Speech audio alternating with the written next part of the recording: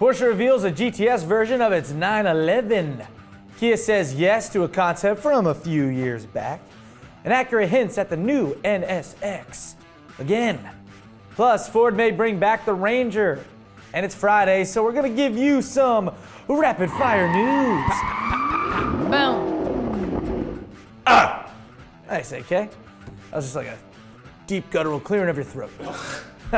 What's going on, everybody? I'm Derek D. It's Friday, and you are watching Fastlane Daily, aren't you? Not orange, aren't.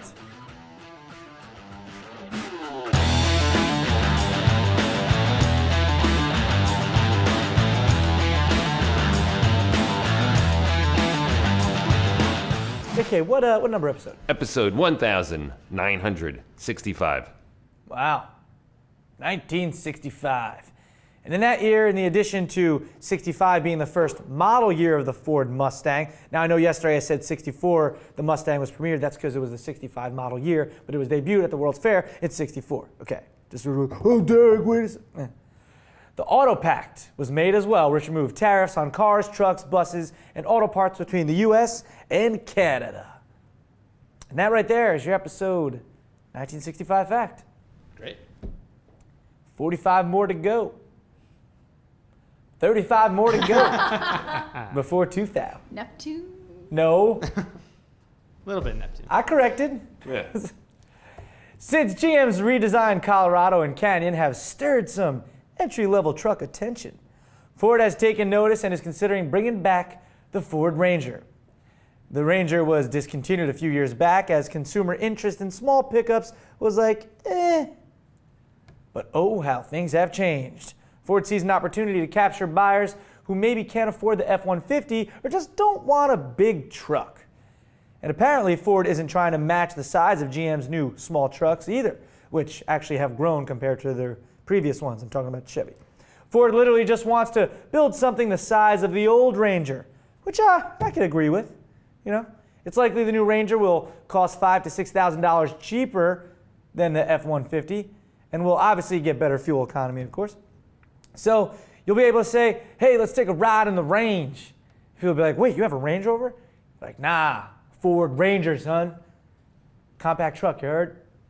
You know, the Ford Ranger, I think, was the 6th Power Ranger. But right before the show started, they nixed it. That's just some inside info. Yeah. Interesting news. Acura has revealed that it will price the next generation NSX, which it seems like we've been waiting forever for. Like, it's taking too long. And they want it to be competitive with the Audi R8. Here in the US, the R8 starts at $115,000.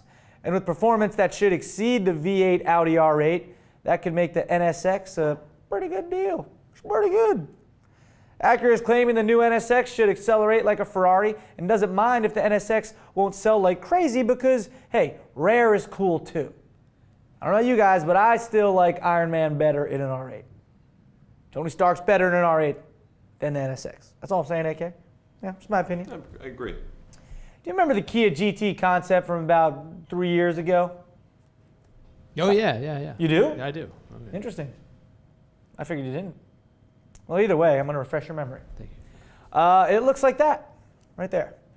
The four-door coupe has been approved for production, apparently, set to go on sale in the States in late 2016. The GT should step into the ring with the Audi A7. Whoa, Kia, really taking on the big dogs lately. While the engine hasn't been confirmed, it's rumored to come with a 3.3-liter turbo V6. It's going to be a step above the Kia K900. So you'll be looking at a lot of luxury for a not-so-luxurious price, and I mean that in a good way. You know, I was thinking, if Kia was pronounced like Kaya from the beginning, I think people would look at it differently. Yeah? I don't know. Kia sounds too much like Chia. Like Kia. It's like, oh, look at this new Kaya.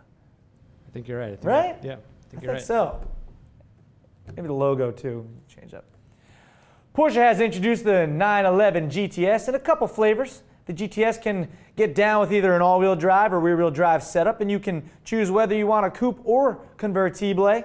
The package includes bi-xenon headlights, a sport exhaust, wider rear fenders, black gloss 20-inch rims or wheels, and the option of Porsche's Active Suspension Management System, or PASM, if you're a PASMist.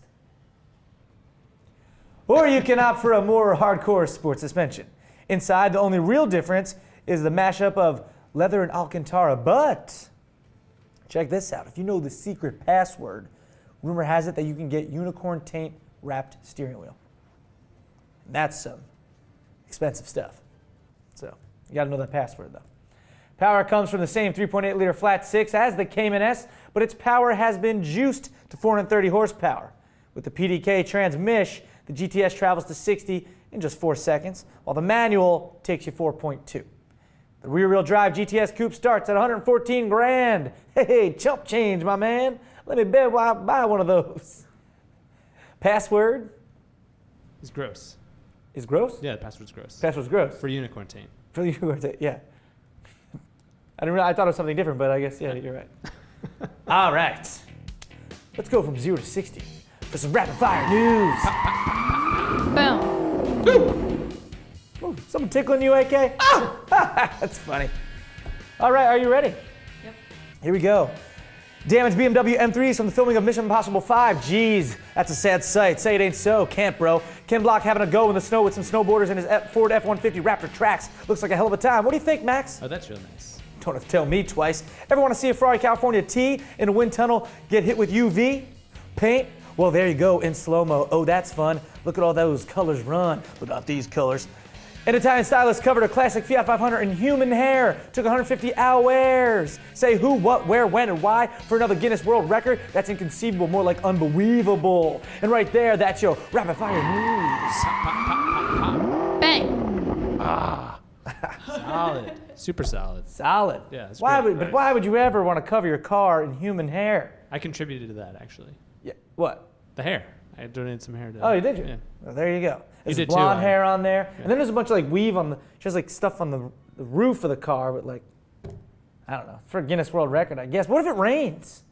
That's some soggy, wet people hair. Put some shampoo on it. Put some shampoo on it. Well, oh man, it took 150 hours. No thanks. Get some lice in there or something. Ugh. Ugh. All right, RFLD question of the day is quite simple and quick. Acura NSX or Audi R8? And you know what? I've always been an R8 guy. I kind of consider myself an Iron Man type dude. But I feel like we've been talking about the NSX forever, and it's just taking so long for it to actually come out, get a price, all that stuff. So I'm going with the Audi R8. What about you, AK? Yeah. R8 Max. I'll wait. Erica. All right. Tom. NSX. Omar. Ooh. All right. All right. R8. Oh, Tom lost. I'm lost. All right. Well, everyone else said R8. Yeah. I said I'll wait for an NSX. You said oh wait. I said I'll wait. You said you wait for the Yeah. oh wait sounds like R8. Yeah. That's gonna do it. For FastLane Daily today, I'm Derek D. Thanks for watching. Big Giants game this weekend, Sunday night versus the Eagles. So hoping on that. You go. All right. No, it's in Philly. No way. Have a great weekend, everybody. Of course. It's my presenter. It's my Friday. It's Friday. Columbus Day. That's right. Oh, yes. Columbus Day is Monday. We'll be taking the day off. So we'll be running either an FLD Rewind or a special. Surprise to you. You'll find out on Monday. All right, that's Columbus Day. Ow, we're living in a